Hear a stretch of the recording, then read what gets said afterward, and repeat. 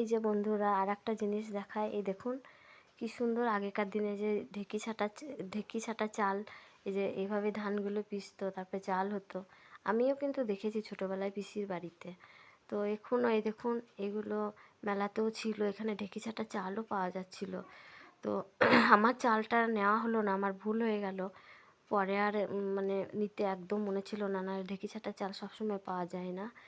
তারপরে এই দেখুন মেলা গীতাঞ্জলি এখানে এত সুন্দর সাজিয়েছে না কি বলবো আপনাদের, লাইটিং এত সুন্দর হয়েছিল। বাবুকে নিয়ে বেশ ঘোরাঘুরি সেলফি তুললাম, সেলফি করার বেশ জায়গাও ছিল। তারপরে এই দেখুন এখানে প্রোগ্রাম হচ্ছিল, বেশ কিছুক্ষণ নাচ গান প্রোগ্রামও দেখলাম।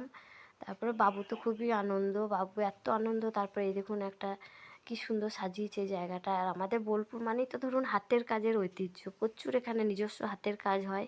হাতের কাজ কাঁথা স্টিচ বলুন, অনেক রকমের বাঁধনি বাটিক অনেক রকম কানের বানানো হয় প্রচুর। তারপরে যে কম্বো, মেলা থেকে বেরিয়ে এসে মেলার ভিতরে না ওই খাবার আমরা খাইনি, বাইরে বেরিয়ে এসে